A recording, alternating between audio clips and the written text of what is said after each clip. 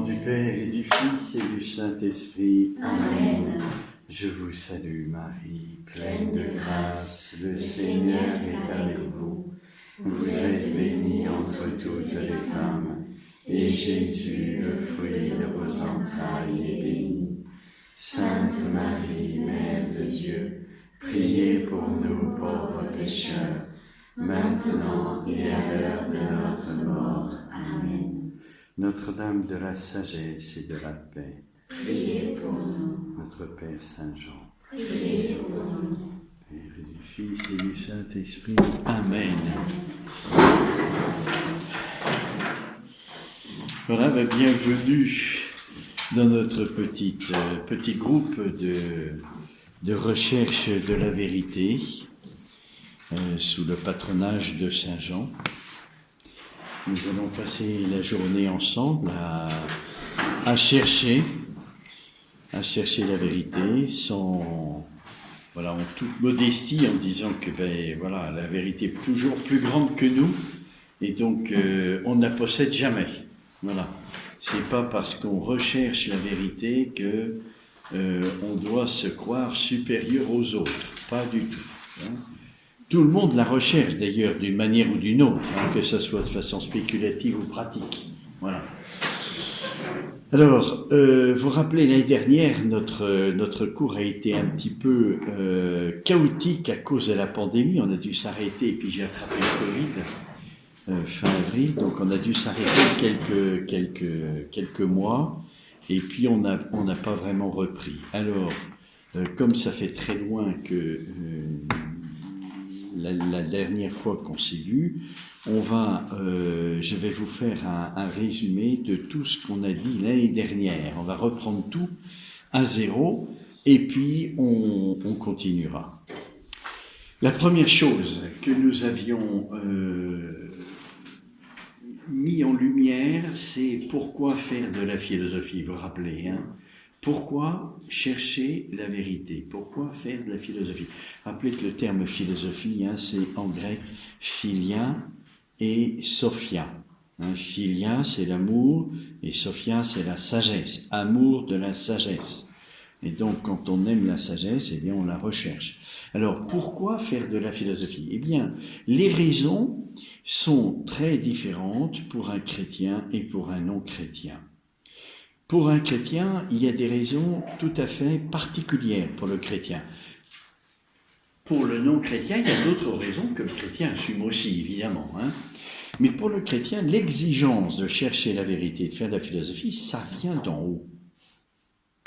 Ça vient de notre vie chrétienne. Pourquoi ? Parce que Jésus nous enseigne, et ça sera l'évangile d'aujourd'hui, l'homme ne vit pas seulement de pain, mais de toute parole qui sort de la bouche de Dieu.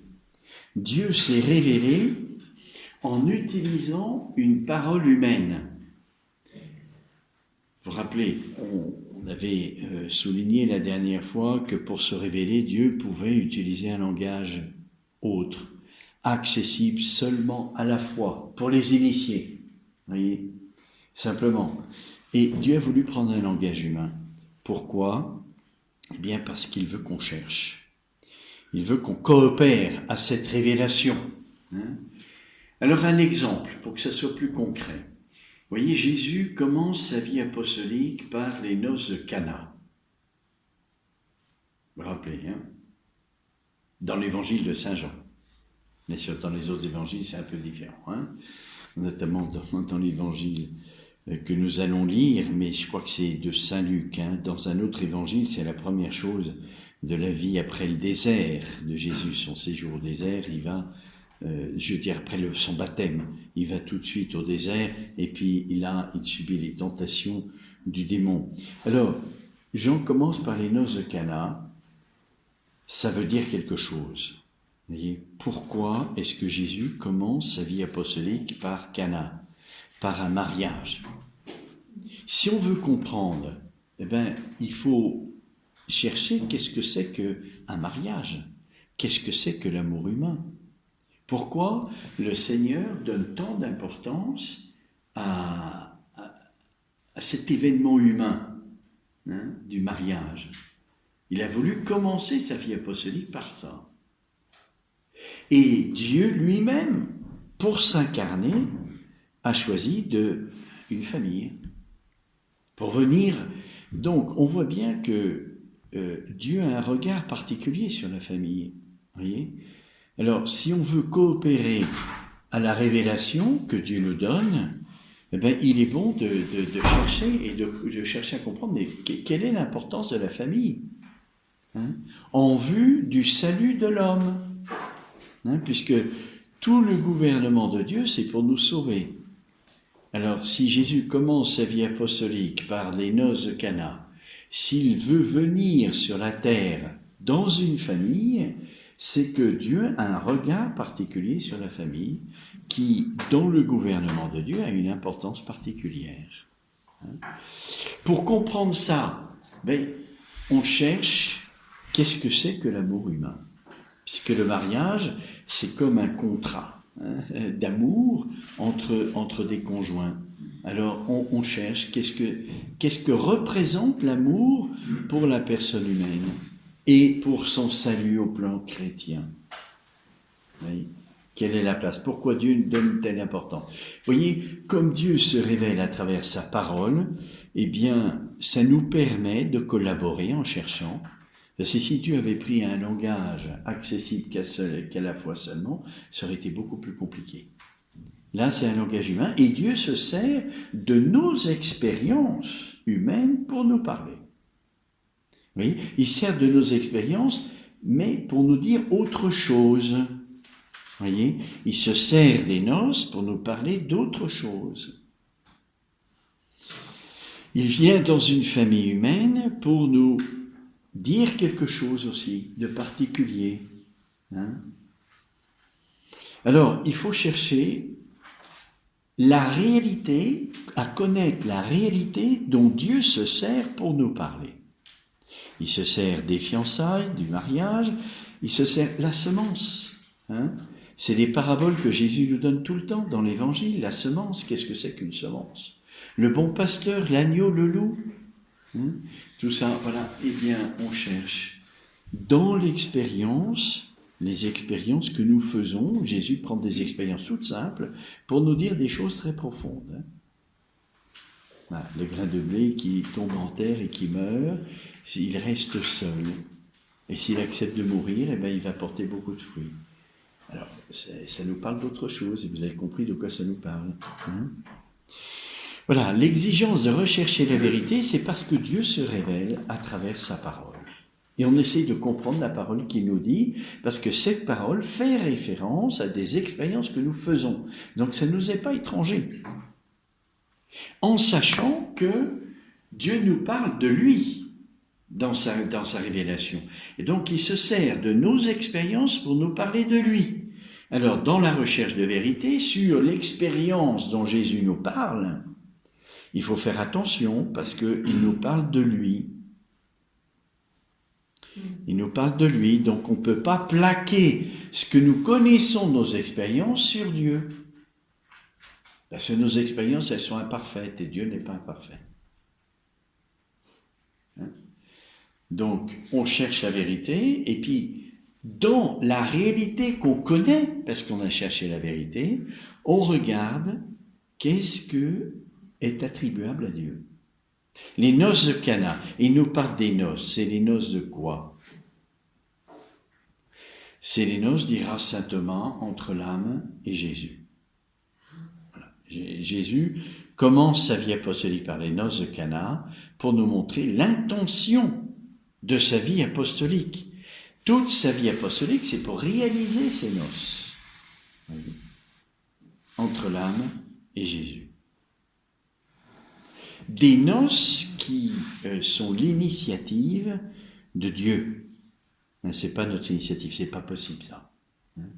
Nous, on n'aurait jamais pu prendre cette initiative parce qu'il y a une distance trop grande entre nous et Dieu. Il y a une transcendance trop grande. Hein. Seul Dieu pouvait prendre l'initiative et il l'a prise. Voilà, ça c'est la première raison pour nous chrétiens. Si on veut faire un chemin de sainteté, Jésus nous a parlé en nous disant quel était ce chemin de sainteté. alors je dois chercher ce que Jésus me dit dans sa parole. Et comme il prend des exemples tirés de l'expérience, je dois analyser l'expérience. Et ça, c'est la recherche philosophique. Chercher à découvrir la réalité dont Jésus me parle. Dieu a pris la peine de nous donner beaucoup de paroles, beaucoup de discours pour nous éclairer sur le chemin que nous devons faire sur la terre. Alors si je suis chrétien, que je veux faire ce chemin de sainteté, je dois lire la parole de Dieu et essayer de comprendre. Alors heureusement, l'Esprit Saint vient à notre secours. Il n'est pas nécessaire d'être philosophe pour lire la parole de Dieu, bien sûr. L'Esprit Saint peut nous faire comprendre ce que Dieu veut nous dire dans sa parole. Mais chercher la vérité, c'est coopérer. C'est collaborer. Et Dieu aime qu'on collabore. Je ne vous appelle plus serviteur, mais ami, dit Jésus. Et l'ami, il coopère à l'œuvre de l'ami. Donc, si on veut être ami de Jésus, alors là, vous voyez, il y a une note un peu johannique. Jésus, Jean est le disciple bien-aimé. Vous voyez ? Donc, c'est pour ça qu'on appelle ça l'école Saint-Jean, si on veut suivre le Christ, on ne suit pas Saint-Jean, on suit le Christ. Mais comme Jean l'a suivi, on met toutes nos capacités à collaborer à l'œuvre de l'ami. Voilà.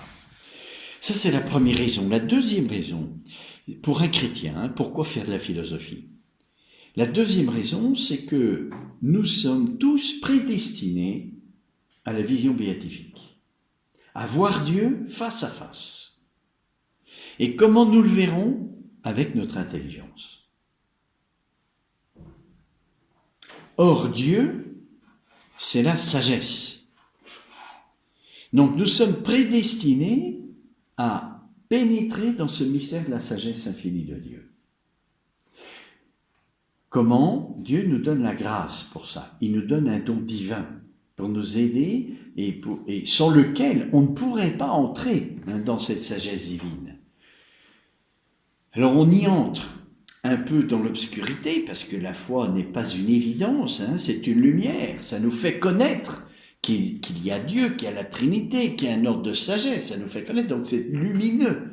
Mais c'est obscur parce qu'on n'a pas d'évidence. Et notre intelligence, qui est faite pour voir Dieu, ça sera l'évidence de ce qu'est Dieu. Alors Dieu ne peut pas communiquer la grâce sans qu'il y ait de la part de celui qui reçoit la grâce, une disposition. Ça serait violent. Si Dieu nous communiquait la grâce sans qu'il y ait une disposition possible à la sagesse, ça serait violent.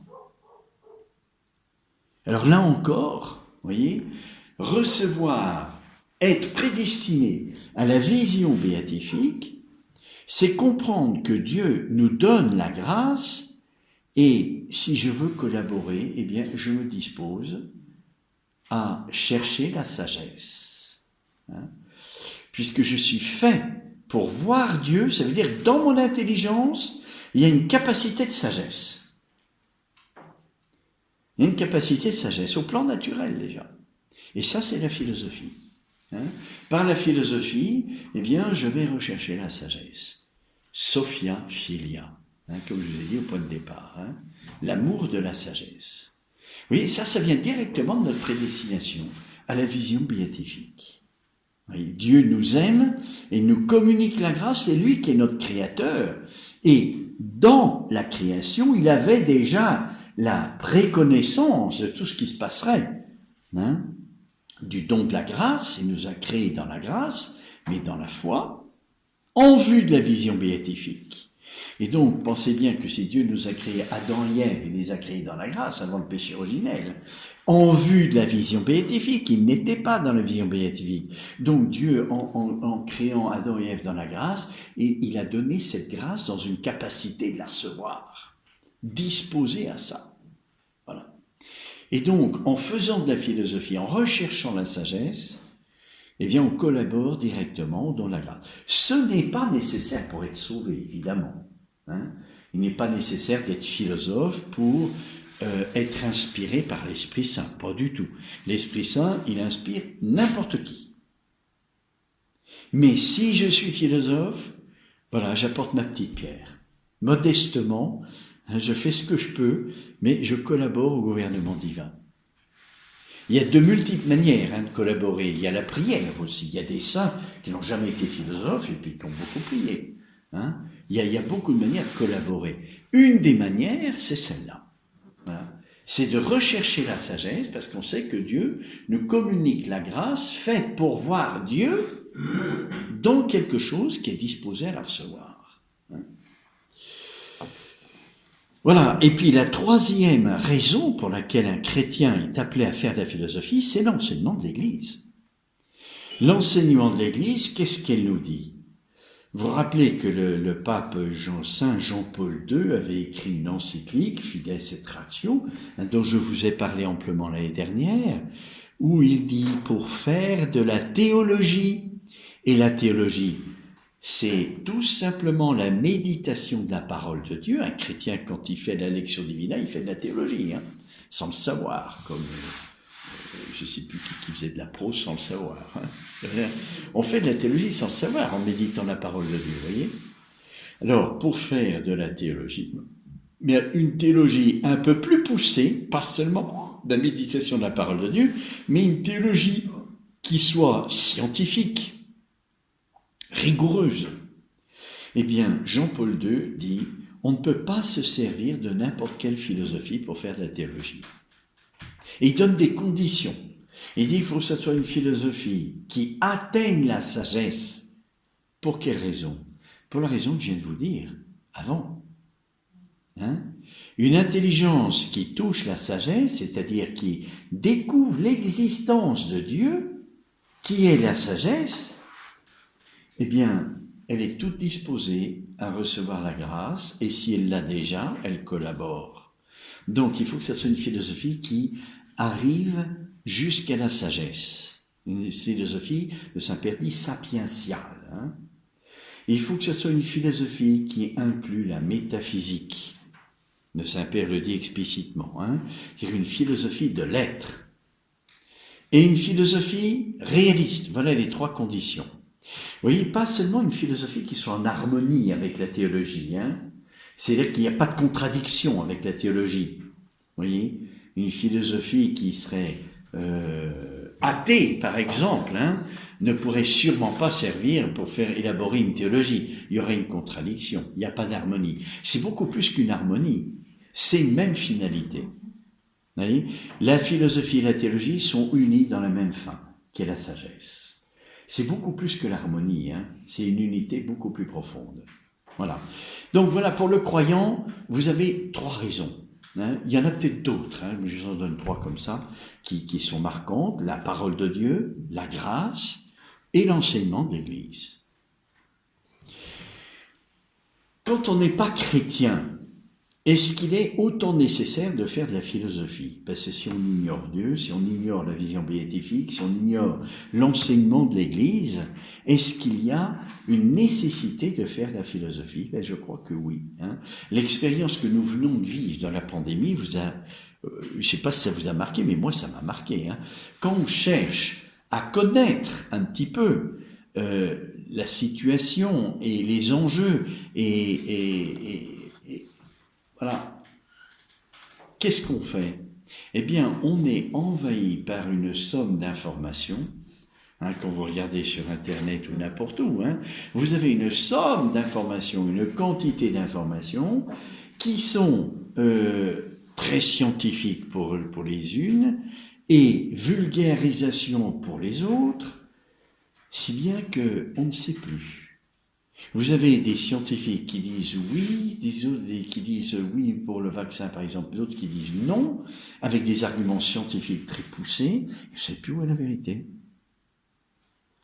Est-ce qu'il n'y a pas possibilité d'avoir un autre regard, qui est un regard plus poussé sur l'homme, mais moins spécialisé, moins, oui, c'est ça, spécialisé dans un domaine particulier qui est la science, mais un regard plus pénétrant. qui me permet d'avoir un certain discernement. Je donne un seul exemple. Un État qui obligerait tous les citoyens à se vacciner. Est-ce que c'est juste? Alors vous avez l'argumentation scientifique qui dit oui, il y a le virus qui est quand même très dangereux, on peut en mourir, il y a eu des morts, etc. Et donc il faut une immunité collective. Regard philosophique, mon corps, il appartient à qui? À moi ou à l'État? En premier lieu à moi. Pas à l'État. L'État a un droit de regard parce que je suis, par le corps, membre d'une société, d'une communauté. Et l'État, il gouverne un peuple, il ne gouverne pas chacun d'entre nous. Il gouverne un peuple. Donc, il y a un petit droit de regard de l'État. C'est pour ça qu'il y a certaines vaccinations qui sont obligatoires quand on est petit. Mais mon corps m'appartient en premier lieu. Donc, c'est à moi de décider. Vous voyez? Un regard philosophique très simple sur le corps. À qui appartient-il? À moi ou à l'État? D'abord à moi, et ensuite à l'État. Vous voyez, alors au-delà du regard scientifique, vous avez un regard philosophique qui peut résoudre certaines questions. Vous voyez? Bon, c'est pas aussi simple que je le dis, mais quand même, ça donne un axe, et ça donne une lumière, vous comprenez? C'est pas le regard scientifique, c'est un tout autre regard sur la personne humaine. Donc, quand on n'est pas chrétien et qu'on vit des situations comme on a vécu avec la pandémie, c'est quand même intéressant d'avoir un petit regard philosophique sur la personne humaine. Pour savoir où est-ce qu'on va, est-ce que c'est conforme à la finalité de la personne humaine, à son bien, ou non? Est-ce que c'est contraire? Bon, deuxième raison, vous avez des problèmes nouveaux qui n'existaient pas avant. Transhumanisme. C'est ce qu'on fait aujourd'hui. On voudrait que, face à l'ordinateur, au lieu de taper sur le clavier, etc., brancher directement le cerveau humain sur l'ordinateur. De sorte que vous n'aurez plus à taper, il suffira de penser, et puis l'ordinateur exécute. Ou l'inverse, l'ordinateur vous transmet des informations. Si, c'est possible. Si, c'est possible. Une communication directe entre l'homme et l'ordinateur. Donc une transformation de l'homme pour l'adapter à des outils très performants qui sont virtuels et qui sont très complexes au point de vue scientifique, mais qui réclament une transformation de l'homme. Excusez-moi, est-ce que c'est dans ce cadre-là qu'on parle de l'homme augmenté? Oui, ça en fait partie. Il n'y a pas que ça.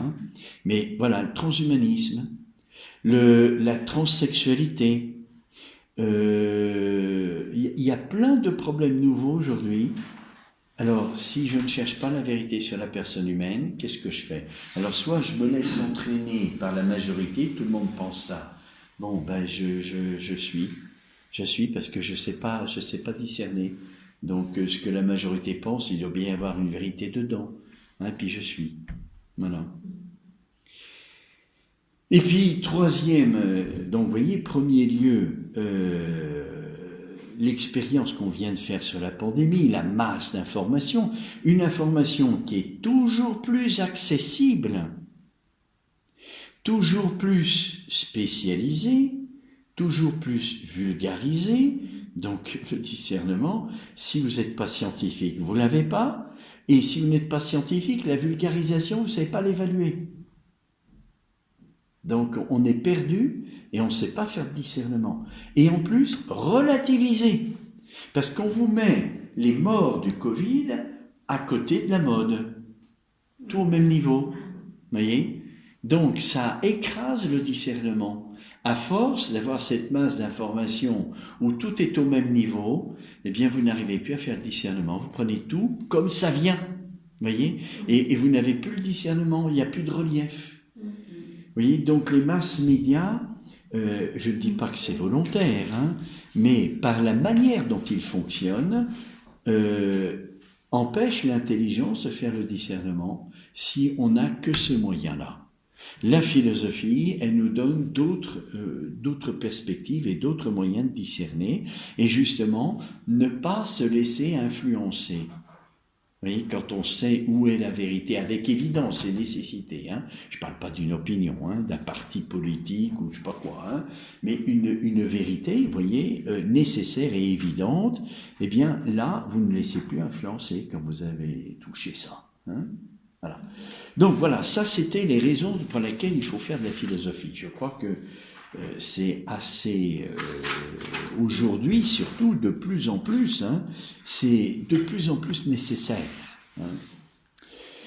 Alors pour cela, nous nous sommes mis à l'école d'Aristote. Alors je ne reviens pas sur les raisons que l'on avait prises pour choisir Aristote, on l'avait développé, hein, et je viens de vous donner les raisons pour les chrétiens de faire de la philosophie. Je vous ai donné celle en particulier du magistère de Fides et Ratio. Si vous mettez toutes les conditions que Saint Jean-Paul II réunit pour faire une bonne philosophie, eh bien, il n'y en a pas 36 hein, qui réunit toutes les conditions. Aristote fait partie de cela. Donc, et puis comme c'est traditionnel, hein, puisque en théologie, dans le sein de l'Église, la théologie, bien sûr, elle est multiple et variée, et heureusement, mais il y a quelqu'un qui est quand même le docteur commun de l'Église, hein, c'est saint Thomas d'Aquin, qui est une référence en théologie pour toujours, et qui a utilisé Aristote. Alors, en se mettant à l'école d'Aristote, eh bien, on se dispose à faire une théologie qui est classique, disons. Hein. Alors après, ça n'exclut pas qu'on regarde d'autres aspects théologiques, mais d'abord qu'on s'enracine hein, dans la tradition de l'Église. Alors, ce sur quoi nous avons insisté la dernière fois, c'était aussi la manière d'entrer dans la philosophie d'Aristote. Hein. Vous vous rappelez que pour entrer dans la pensée de quelqu'un, il ne suffit pas d'être spectateur, c'est-à-dire d'extérieur, et puis j'écoute, comme vous faites actuellement. Hein, j'écoute. Tant que j'écoute, même si je comprends, je suis extérieur, et donc je ne pénètre pas. L'intelligence est une faculté d'assimilation. C'est-à-dire, il faut la faire sienne, cette pensée. Assimiler, c'est faire sien. Entrer dedans, pas seulement l'écouter, mais faire sien. C'est-à-dire en vivre. Hein? À cause de l'intelligence, notre faculté de compréhension, elle est une assimilation, et donc je ne peux entrer vraiment dans une pensée que si je la fais mienne, et que si je me l'approprie. Et pas seulement je la comprends de l'extérieur. Hein? Il y a une belle différence, c'est que quand je me l'approprie, je l'assimile, j'en vis. J'en vis. Quand je suis de l'extérieur et que je comprends, je ne suis pas obligé d'en vivre, je continue ma route. J'ai compris, c'est beau, c'est merveilleux, ça m'intéresse, c'est séduisant. Voilà. Aristote lui-même a été 20 ans à l'école de Platon. Hein, donc il a assimilé, il est resté jusqu'au bout, et puis à un certain moment, voilà, en pénétrant de l'intérieur la pensée de Platon, il a vu qu'il y avait quelque chose qui ne collait pas. Il a fallu quand même 20 ans, hein, parce que c'est une pensée, Platon, qui est très contemplative, mais contemplative d'une manière pas du tout aristotélicienne, on verra pourquoi, hein, une contemplation un peu trop esthétique, disons, hein, voilà, un peu trop idéaliste. Alors, entrer dans Aristote, au fond, c'est se mettre à son école. C'est-à-dire essayer de penser comme il a pensé lui. Vous voyez, l'assimiler, faire sien sa pensée, c'est le suivre. Le suivre. Vous voyez, pour nous, c'est difficile. La culture française est très critique. Vous voyez, et donc, c'est très difficile d'entrer dans une pensée, la faire sienne, parce qu'on a l'impression de perdre son autonomie, on a l'impression de s'engager dans quelque chose qui est dangereux, parce que si on fait sien, ça nous forme. Et si c'est pas la vérité, où est-ce qu'on va? Alors pour nous chrétiens, on a quand même un garde-fou, hein, c'est que l'Église nous dit c'est bon, vous pouvez y aller.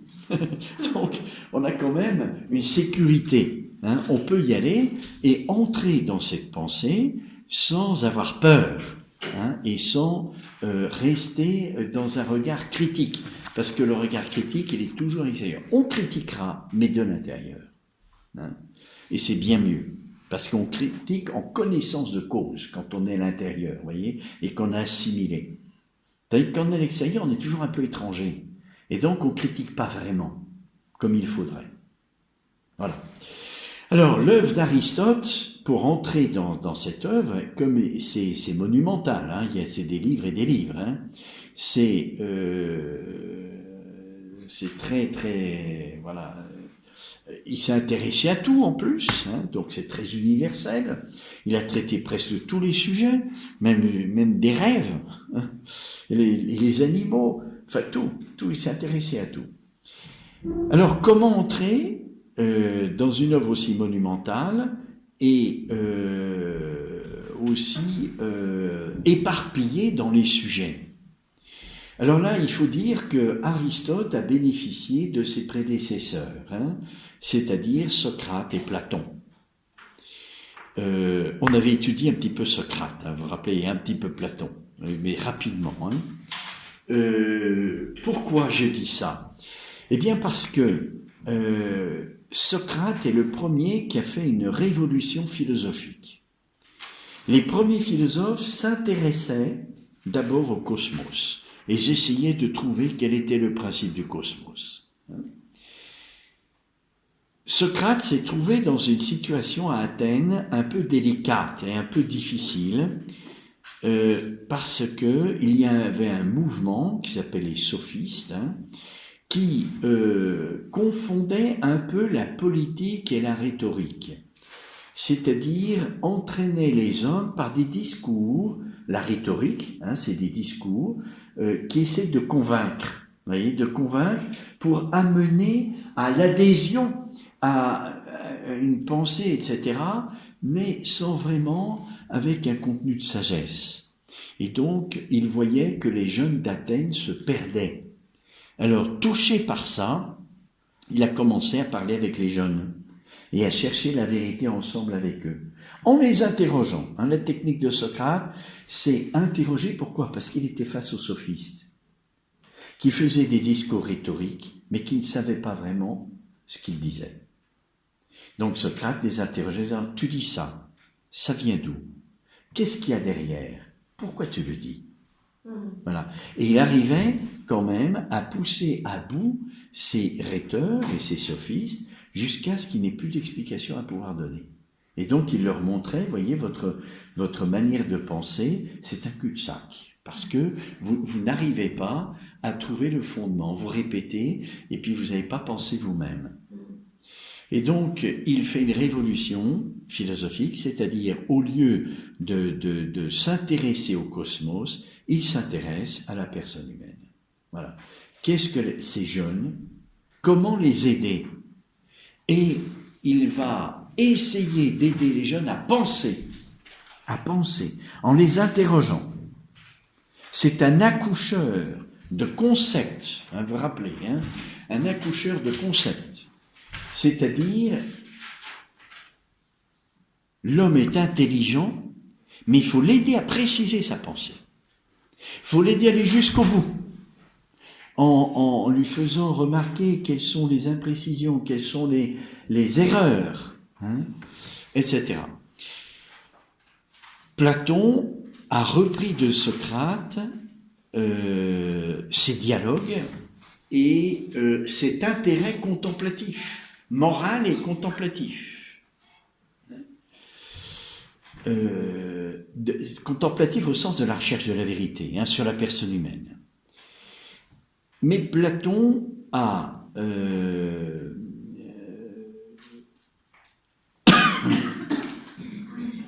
élaboré une philosophie qui veut toucher quelque chose qui est nécessaire. Pour faire une philosophie scientifique, il faut toucher le nécessaire, comme toute science.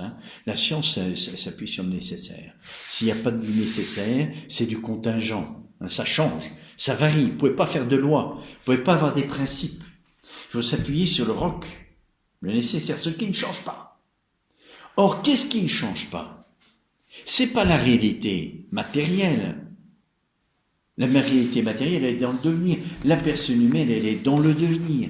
Ce qui ne change pas, ce sont les idées. Mais les idées, pas n'importe quelle idée. L'idée la plus purifiée.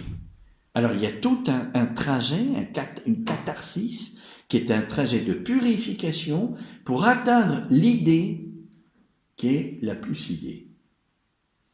Et il en trouve trois, l'un en soi, le bien en soi et le beau en soi. Voilà. Qui sont des idées qui, elles ne changent pas. Donc on peut bâtir une philosophie à partir de là. Voilà.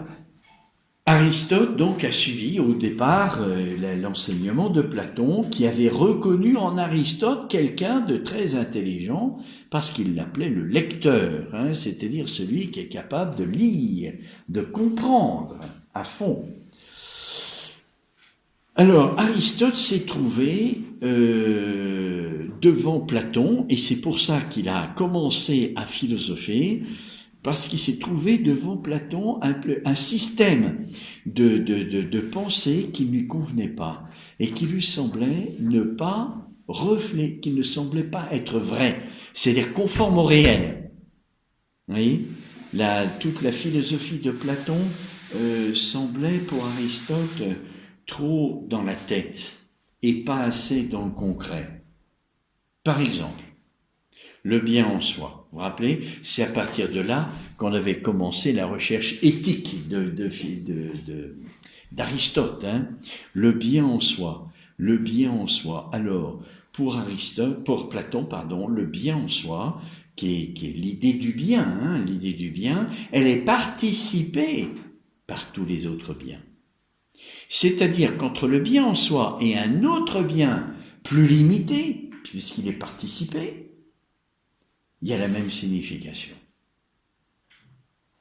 Alors Platon disait, pour comprendre mieux, il faut regarder là où pour comprendre, mieux entrer dans le bien en soi, il faut regarder là où il est le plus visible.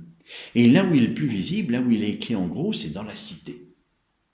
Dans la cité, là, vous avez tout qui est bien développé, et le bien en soi, qu'est-ce que c'est dans la cité? C'est la justice. Dans la cité, la justice, c'est le bien de la cité, la justice, parce que chacun est à sa place. Voyez. Et du coup, le bien personnel, c'est une participation de ce bien en soi, de la justice pour la cité, et pour le bien personnel, eh bien, c'est la même chose. La même conception du bien, mais participée. Encore une fois. Alors, le bien de la cité, l'ordre, c'est aussi le bien commun. La cité a un bien qui est le bien commun. Ce bien qui est la justice, qui est l'ordre du bien commun à l'égard des personnes, partagées par toutes les personnes, eh bien au niveau personnel, ça fait quoi? Vous savez que le bien personnel, il doit être partagé. Par exemple, donc l'époux et l'épouse, on doit les partager. Et Aristote dit non, ça va pas. Ça va pas. Un bien personnel ne peut pas être partagé. Il n'était pas chrétien, c'est le 4e siècle avant Jésus-Christ. Et donc il se dit, il y a quelque chose qui ne colle pas dans ce système philosophique où le bien en soi est le modèle et l'intelligibilité de tous les autres biens. Vous voyez, c'est une conception un peu univoque. C'est la même signification dans tous les biens, mais de façon plus ou moins parfaite, plus ou moins limitée. Et Aristote dit non. Les biens sont divers. Et pourtant, il y a quelque chose de commun, puisque le mot est le même. Mais je ne peux pas dire, par exemple, qu'une personne humaine et un tracteur, ça soit le même type de bien. Il y en a un qui est un bien pour lequel je peux orienter toute ma vie, et l'autre c'est un instrument de travail. Ce sont des biens tous les deux. Mais autre un tracteur, autre une personne humaine. C'est pas la même réalité. Mais la signification est aussi diverse. Et pourtant, il y a quelque chose de commun, c'est le même mot. Aristote découvre l'analogie. Vous vous rappelez, hein, l'analogie du bien. Face à cette université platonicienne de participation, Aristote découvre la diversité du bien. Et il y a un point commun. Et c'est quoi le bien commun? Le point commun, pardon, pas le bien commun. Le point commun entre tous ces biens qui sont si divers. Entre une personne humaine et un tracteur, c'est des réalités complètement diverses. Et le point commun, c'est quoi? Eh bien, c'est que tous les deux sont capables de commander mon action. Un tracteur, c'est un bien pour qui sert à quoi? À labourer. Donc, ce tracteur, je m'en sers pour labourer. Il va être ce qui va finaliser une activité de travail. Pas complètement. La finalité, c'est bien sûr la culture. Mais j'ai besoin de ce tracteur. Si j'ai pas le tracteur, je pourrais pas. Donc, ça va finaliser une partie de mon travail, pas complètement, une partie. Hein. Je vais le prendre, je vais m'en servir, etc. Une personne humaine, ça va finaliser une certaine activité aussi. Parce que je peux orienter ma vie vers une personne humaine, dans l'amour, et donc, ça va commander mon activité. Voilà le point commun. Entre la diversité des biens, il y a quelque chose de commun, c'est que ça peut commander une activité. Cette analogie du bien ouvre l'intelligence à une compréhension plus large que l'aspect univoque. Une compréhension plus large. Et cette analogie du bien, elle n'est pas seulement entre la diversité des biens, mais même pour un même bien, il y a une analogie du bien. Une personne humaine, par exemple. Eh bien, certaines personnes humaines vont être source d'attraction pour moi pour orienter toute ma vie, et d'autres non. Et ce sont des biens personnels, spirituels, mais c'est autre et autre. Une personne m'attire au point que j'oriente toute ma vie, et une personne m'attire, non, je n'oriente pas toute ma vie. Mais voilà, une amitié, tout simple. Vous voyez? Donc l'analogie du bien, c'est ça. C'est la diversité des biens, même pour un même bien spirituel. Il peut y avoir une diversité qui commande des activités diverses. Alors, grâce à cette découverte de l'analogie du bien, qui est une clé de compréhension, une clé de compréhension. Vous voyez, une maman qui a des enfants, par exemple, quand on lui pose une question univoque, lequel tu aimes le plus? Elle ne peut pas répondre. Elle les aime tous, mais ils sont différents. Voilà l'analogie du bien. Chacun, on les aime diversement, parce que chacun est un bien différent. Et pourtant, ce sont des personnes humaines. Vous voyez, l'univocité, ça serait d'aimer les enfants pareil. La même chose. C'est pas juste. C'est pas juste parce que la nature humaine n'est pas comme ça. C'est notre expérience. Notre expérience, elle est comme ça. Vous voyez, la découverte de l'analogie du bien nous permet de nous rapprocher de la réalité. Et donc, nous fait faire un pas en avant dans la vérité. Vous voyez, on va plus loin dans la vérité grâce à l'analogie du bien. Vous voyez? Et ça permet d'ordonner les biens entre eux. Vous voyez, entre une personne humaine et un tracteur, il y a un ordre. Pourquoi? Parce que la personne humaine, j'oriente toute ma vie vers une personne humaine, donc en particulier mes facultés les plus élevées, l'amour, l'intelligence. Le tracteur, c'est plutôt le travail. C'est plutôt l'intelligence pratique. Vous voyez? L'amour aussi un petit peu, mais pas autant que l'amitié. Alors, vous avez une question? En fait, les différences, ça serait un bien commun. Les différences. Je ne comprends pas votre question, oui. Au bien, par exemple, l'exemple de la maman qui aime tous ses enfants, Oui. mais différemment. Oui, c'est ça. Donc, les différences sont un bien... C'est un bien. Oui, c'est le bien de la maternité d'aimer ses enfants. Chacun est aimable de façon diverse. Et une maternité qui veut se déployer de façon épanouissante pour la maman et pour les enfants réclame ceci. Vous voyez, aimer chacun de la même manière, pour les enfants, ça serait terrible. Parce que ça suscite des comparaisons, des jalousies, des envies. Vous voyez, chacun est unique. Parce que chacun est une personne humaine. Vous voyez, et même pour la maman, c'est la même chose. Vous voyez, si c'est la vérité, c'est un bien pour nous. Notre intelligence, elle est faite pour la vérité, et on aime dans la mesure où on est vrai. Vous voyez, un amour qui n'est pas vrai, il ne peut pas aller jusqu'au bout. Il se corrompt à un moment donné ou à un autre. Donc, cette découverte de l'analogie du bien est fondamentale et elle est très importante pour notre vie. Très importante pour notre vie.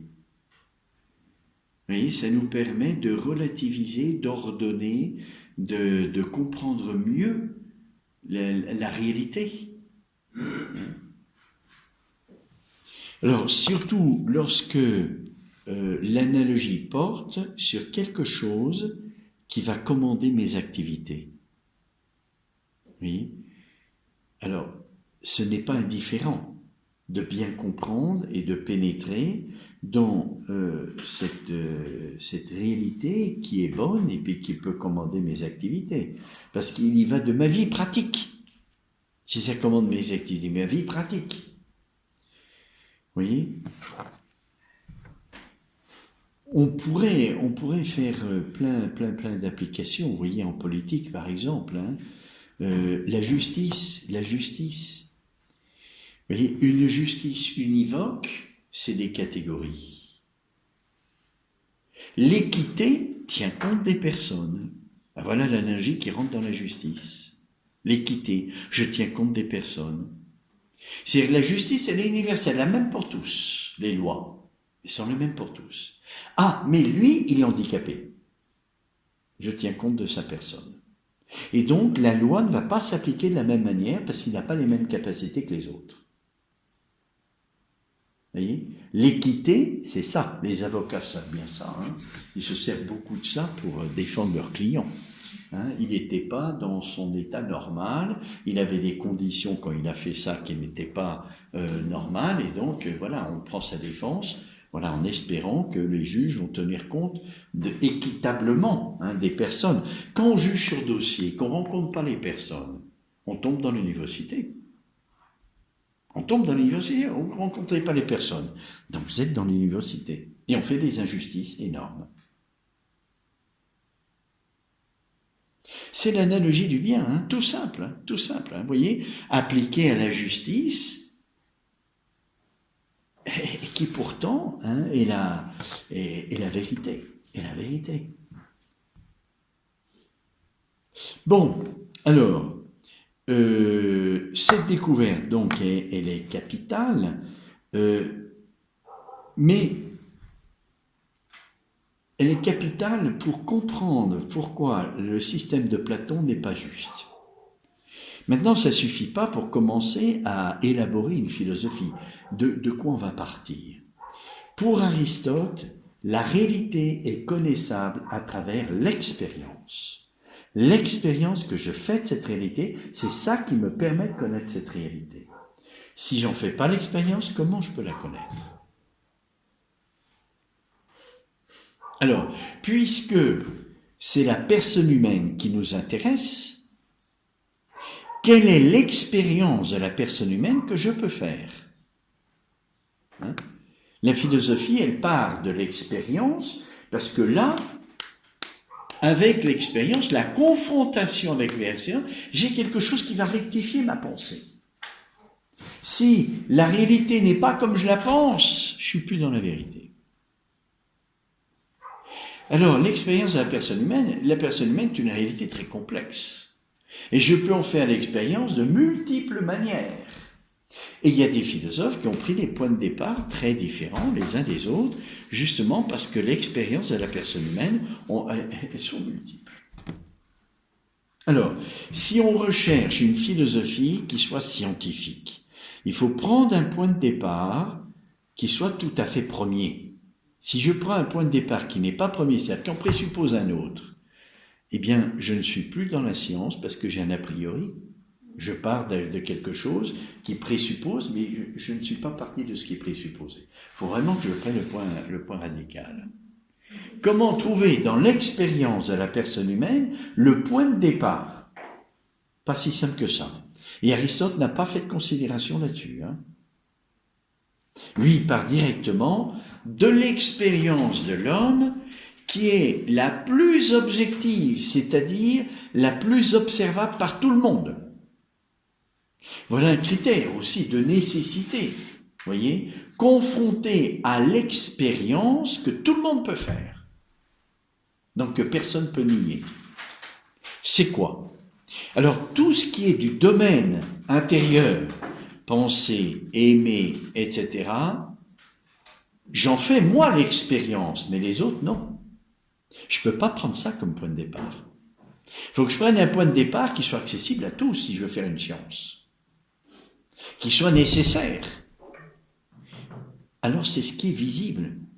Dans l'expérience qui est visible et que je ne peux pas dire que c'est autrement. C'est-à-dire les activités pratiques de l'homme, extérieures. Tout ce qui est activité intérieure, je ne peux pas le toucher de l'extérieur. Et ça sera objet d'interprétation, chacun verra des choses différentes.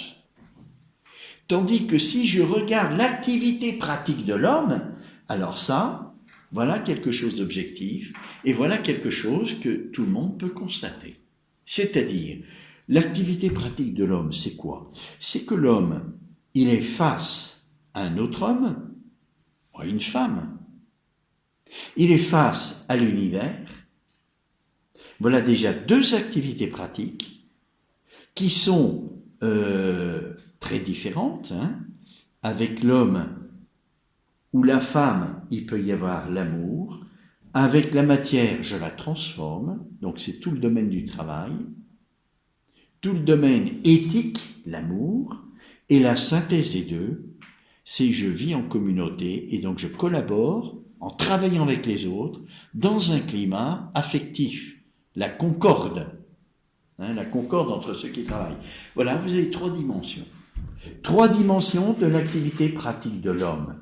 L'homme face à la matière, à l'univers, face à l'homme, et dans la coopération, une synthèse.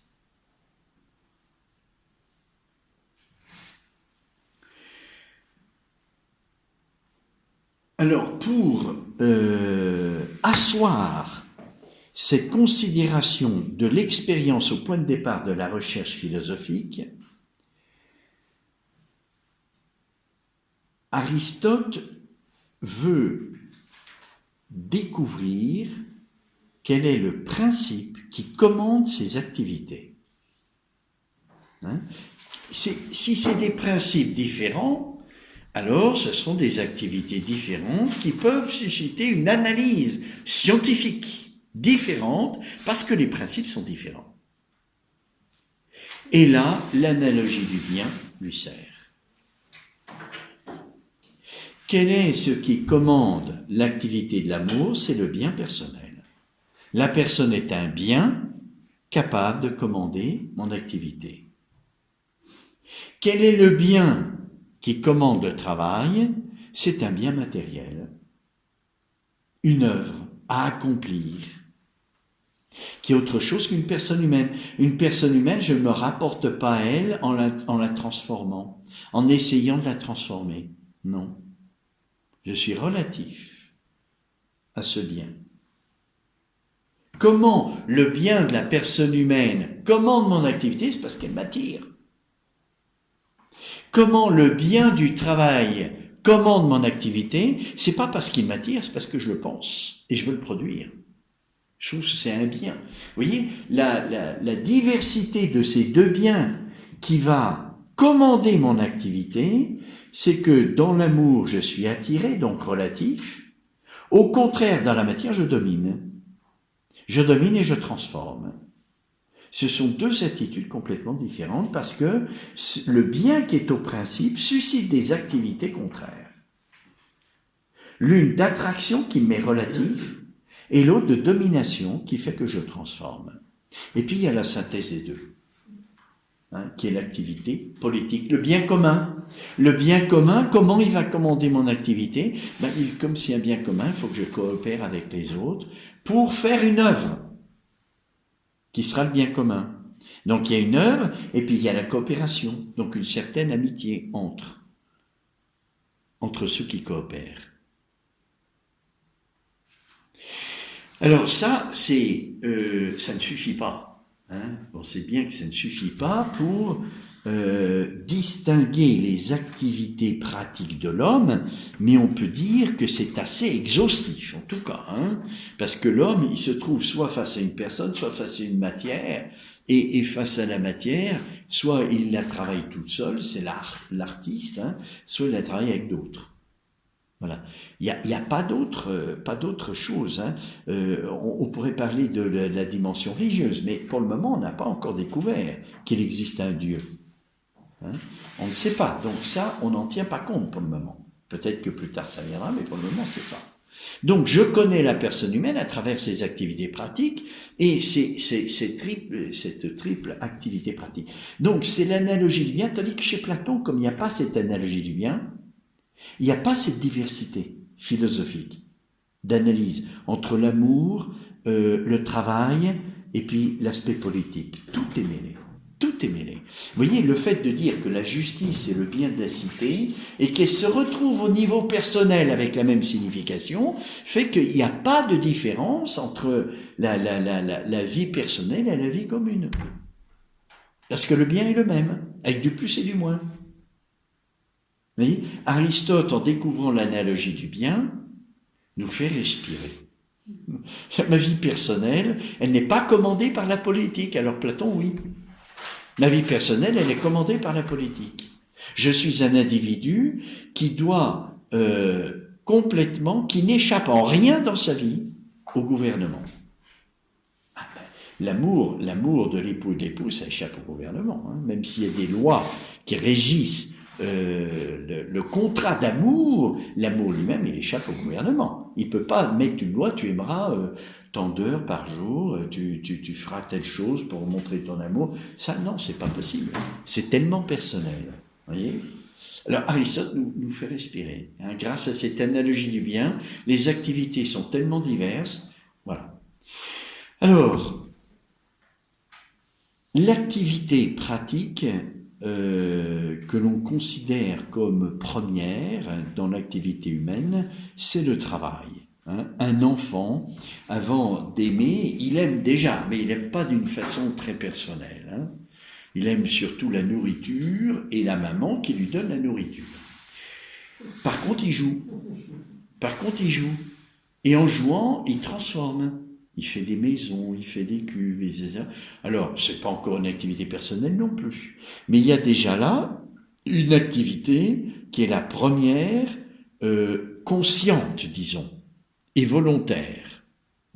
Alors qu'avant, c'est plutôt l'instinct. Voyez ? Alors, la première activité consciente où un peu l'intelligence est engagée, donc qui est déjà un embryon de personne, c'est surtout ça, le jeu et le travail. Donc on pourrait prendre comme première activité, parce que c'est la première, mais c'est pas obligatoire, celle du travail. Alors Aristote n'a rien écrit sur le travail, vous vous rappelez, on avait dit la dernière fois, il n'a rien écrit, mais il se sert de l'analogie dans tous les autres écrits qu'il a fait avec le travail.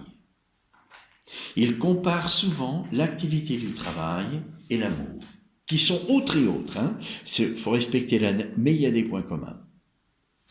Alors il se sert souvent. Et grâce à ces analogies du travail, prises dans l'analyse éthique, on peut comprendre certaines choses de ce qu'Aristote a dit, mais c'est plus compliqué. Comme il n'y a pas. Alors il a écrit quand même une tragédie, une espèce d'analyse de la tragédie. et de l'épopée. C'est les deux seuls écrits, mais c'est pas proprement une analyse philosophique de l'activité artistique. Pourquoi est-ce que Aristote s'est intéressé à la tragédie et à l'épopée? Parce que, alors il écrit aussi une rhétorique, il faudra mettre ces trois-là. La rhétorique, l'épopée et la tragédie, ensemble. Pourquoi? Parce que c'est l'art par excellence pour Aristote. Pourquoi c'est l'art par excellence? Parce que la matière qui est travaillée la plus noble, c'est quoi? C'est les passions humaines. Dans la tragédie et l'épopée, vous suscitez des passions humaines qui vont être rectifiées parce qu'on vous montre un exemple de ce qu'il faut vivre, qui est juste, droit, valeureux et bon. Donc, la tragédie et l'épopée, c'est l'art à son sommet parce qu'il travaille la matière la plus noble de l'homme. Que ce soit les passions pour la tragédie et l'épopée, ou que ce soit dans la rhétorique, un peu la pensée humaine. Voilà. Alors, dans ce qu'on sait de cette philosophie du travail, et puis je vais terminer là, vous rappelez que Aristote distinguait l'art d'imitation et puis l'art utile. L'art d'imitation, c'est pas une reproduction de la nature. Je fais un tableau de la nature du paysan. C'est pas ça. Dans Aristote, l'imitation, c'est imiter la nature qui a un principe de mouvement. La nature, elle est mue. Elle est toujours mue par un autre. Il y a une avalanche, les cailloux ils roulent les uns sur les autres et chaque caillou est poussé par un autre. La pluie, elle creuse le rocher, malgré que la matière de l'eau soit moins forte que celle du rocher, mais avec le temps, ça finit par user le rocher, faire des trous. Vous voyez, la nature, elle est mue par un autre, toujours. Le vent qui abat des arbres, pourtant le vent c'est moins fort qu'un arbre. Etc. Vous voyez, l'art va imiter, c'est-à-dire on va mouvoir une matière, cette fois-ci pas par la matière mais par l'homme. C'est l'homme qui va mouvoir la matière, comme la nature le fait elle-même. C'est pour ça qu'elle imite, l'art imite la nature. C'est parce que l'homme meut la matière comme la nature le fait. Mais, avec l'avantage dans l'art, c'est qu'il y a l'intervention de l'intelligence humaine. Et donc, je peux mouvoir la matière telle que je le veux pour réaliser une œuvre particulière. La nature, elle est aveugle. Elle se meut elle-même en nature. Elle se transforme en nature. Moi, je suis avec l'intelligence, je peux séparer la nature pour faire une œuvre qui est séparée de la nature. Une œuvre belle, un tableau, une sculpture, etc. Et qui sert à quoi? Eh bien, qui sert à qualifier mon milieu de vie. Voir des choses belles, voyez, ça donne à ma vie une qualité de vie. Donc l'art, ça sert à ça. Ça sert à rendre humain mon milieu de vie. Le milieu de vie, il n'est pas forcément tendre pour moi. La nature est agressive. Si j'avais pas des maisons, je ne pourrais pas me protéger contre l'hiver, contre les pluies, contre la neige, contre le froid, contre la chaleur torride du soleil. Donc je me fais des abris. Je rends humain la nature. Je me protège de l'agression de la nature, qui n'est pas qu'agressive, heureusement. Vous voyez, l'art, ça sert à ça, à rendre humain. Et on verra, Aristote, donc, définit l'art en disant que c'est un habitus de l'intelligence pratique. C'est une disposition stable de l'intelligence pratique. À force de m'exercer, j'acquiers une habileté dans la transformation. C'est comme ça que l'art, l'art, je ne dis pas naît, parce que l'art naît par l'inspiration, mais la pratique et l'exercice de l'art que je vois de l'extérieur, et c'est ça qui me fait en premier lieu connaître l'homme, eh bien, elle naît avec un habitus. Je m'exerce et j'acquiers une habileté et un faire, voyez, qui, voilà. Donc ça qualifie l'intelligence pratique. On verra aussi en éthique l'activité pratique de l'homme va être qualifiée par un autre habitus, qui aura pour but d'humaniser ma nature humaine, de la rendre plus humaine. Oui. L'art humanise mon milieu de vie extérieur, et l'éthique va humaniser ma nature humaine pour qu'elle ne soit pas trop animale, mais qu'elle soit au service de la vie spirituelle, non plus humaine. Voilà. Alors, nous en étions arrivés ici, c'est-à-dire qu'on commençait à entrer dans la philosophie éthique. Et après ce bref parcours sur la philosophie de l'art, où Aristote n'a pas écrit grand-chose, par contre, voilà, la philosophie éthique, c'est un des volumes. Il en a écrit principalement 3. L'ouvrage majeur, c'est celui-là, c'est l'éthique à Nicomaque.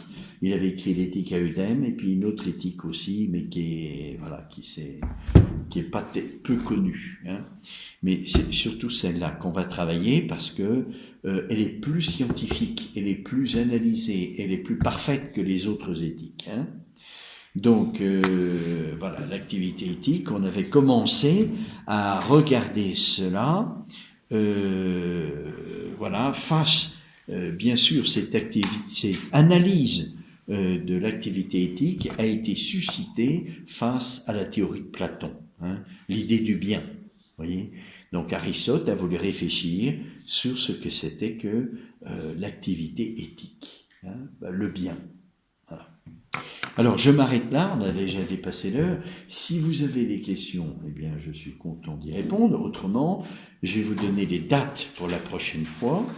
Et puis... Les questions sur la philo, c'est maintenant ou c'est ce soir? Comment? Les questions sur la philo. Maintenant. Si vous en avez, allez-y. Oui, moi j'en ai. Vas-y, allez-y. Alors, il faut que je retrouve. Oui, vous avez dit pour les raisons pour lesquelles on fait de la philo, vous avez dit on est destiné à voir Dieu, c'est la vision béatifique. Pour un chrétien, oui. Pour un chrétien, par notre intelligence. Et vous avez dit Dieu et la sagesse divine. Et moi, ce qui m'est venu tout de suite à l'esprit, c'est, moi je dirais que quand je parle de Dieu, je dis Dieu est amour. Et pourquoi on dit sagesse? Parce que amour. Dieu est amour, c'est vrai. Il est aussi lumière. C'est pour tenir compte de tout. Vous voyez, la sagesse, elle inclut l'amour et la lumière, les deux. Voilà. C'est plus complet, si vous voulez.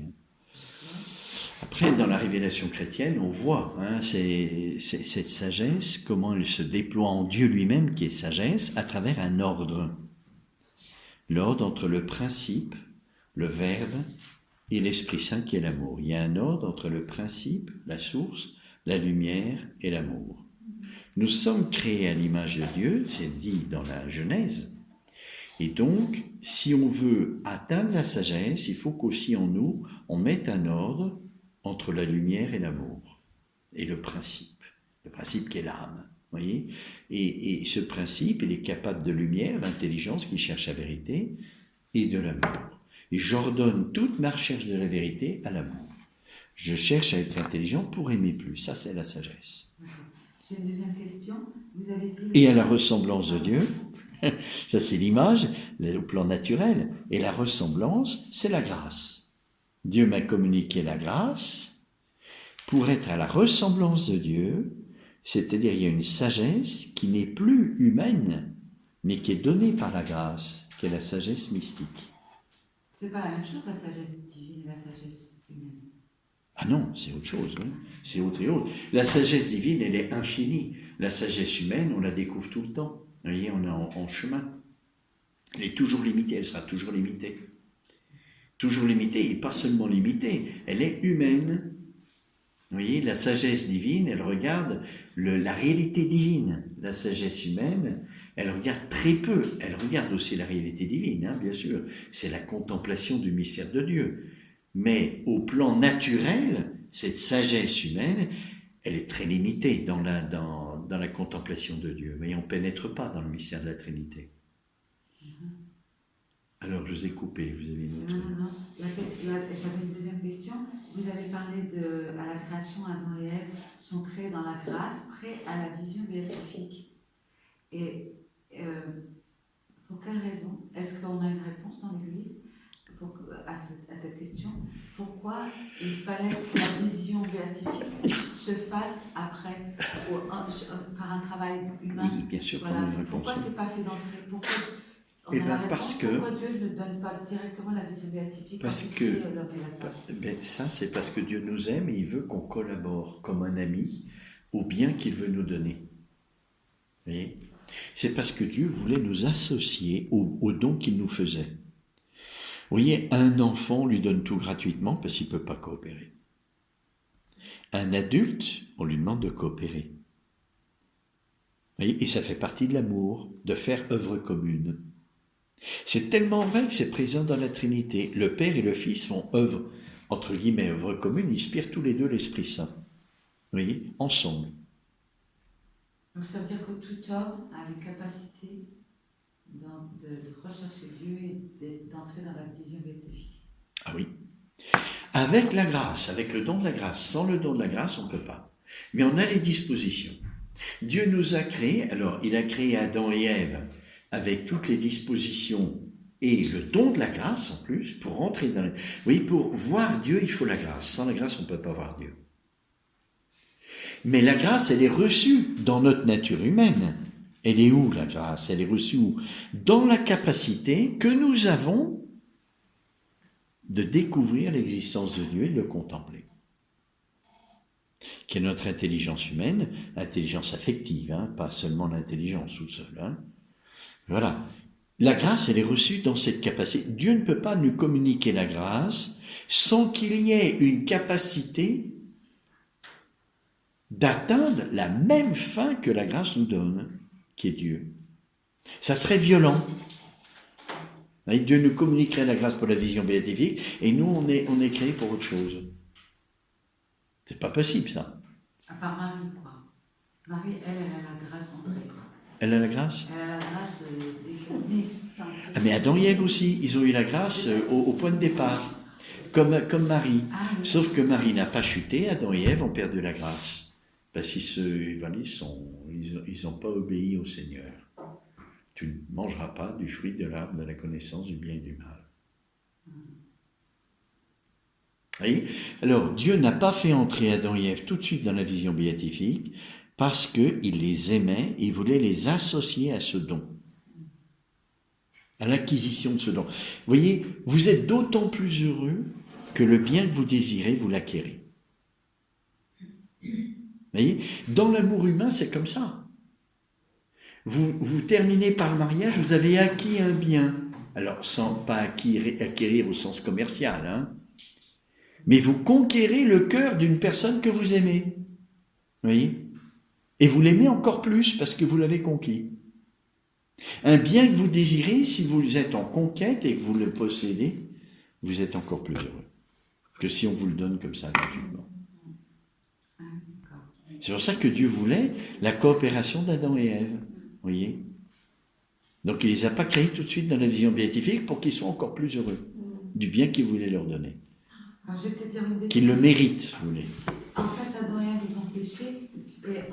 Le péché n'empêchait. C'est pas. Enfin, comment j'arrive pas à dire Adam et Ève n'étaient pas dans la vision béatifique, mais c'est pas à cause.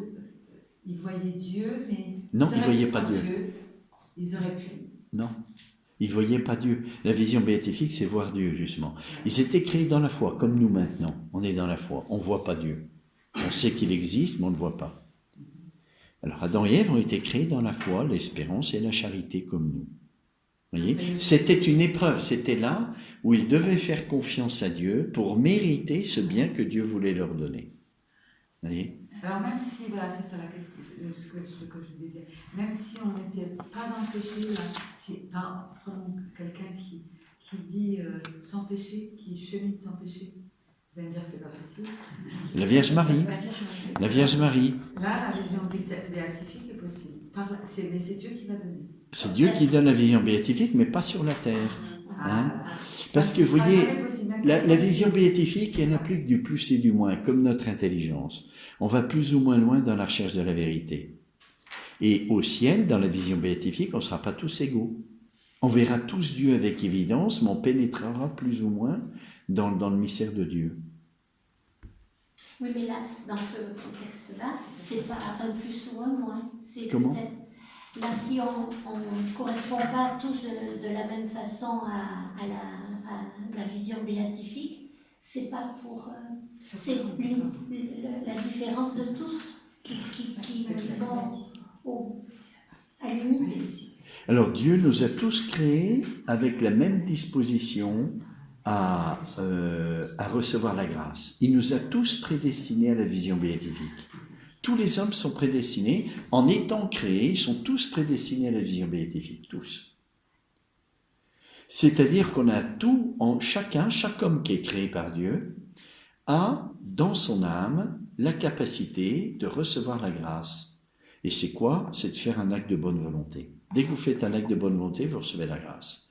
Donc un enfant, même s'il n'est pas baptisé, qui fait un acte de bonne volonté, il reçoit la grâce tout de suite. Et ça vous donne l'accès à la vision béatifique. Ça veut dire quoi un acte de bonne volonté? Donner un exemple Un acte de bonne volonté, c'est un acte de volonté bonne, qui va faire un acte bon. Voilà. Un acte de bonne volonté, c'est faire un acte bon.